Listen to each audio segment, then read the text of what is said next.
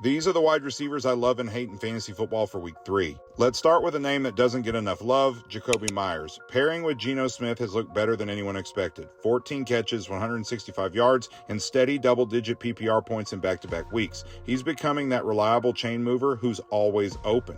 And here's the kicker. He's been even better on the road with 4 straight games over 13 fantasy points. Against Washington, the volume is going to be there again, and volume is king. Lock him in as a solid wide receiver 2. On the flip side, Chris Olave has me nervous. The target share looks fantastic, 23 looks in 2 weeks, but the production isn't following. No touchdowns, only 108 yards, and now he walks into Seattle for Spencer Rattler's first road start. The Seahawks have already bottled up San Francisco and Pittsburgh, so this isn't the matchup where I'm betting on efficiency magically improving.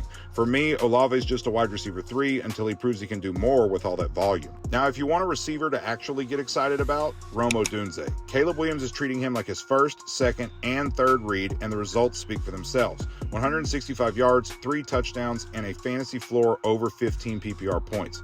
This week, he draws the Cowboys defense, who just got torched by Malik Nabers and Wan'Dale Robinson for 300-plus yards combined. Odunze is must-start territory, and honestly, you don't even have to think twice about it. Meanwhile, Calvin Ridley has gone from potential wide receiver 1 to bench consideration. Just 7 catches in 2 games, barely any deep usage, and the Titans aren't even throwing him red zone looks. Add in that the Colts play a ton of zone, something Ridley has struggled against dating back to last year, and the math just doesn't add up. Until Tennessee makes him a bigger part of the offense, you can't trust him in fantasy lineups. Let's finish on a bounce-back candidate, Courtland Sutton. He was invisible last week with just 1 catch, but history says he shows up against the Chargers. 3 touchdowns in his last 4 meetings with Los Angeles, and with Khalil Mack sidelined, Bo Nix should actually have time to get the ball downfield. Sutton's a sneaky wide receiver 3 with touchdown upside this week, and I'm not shying away from him.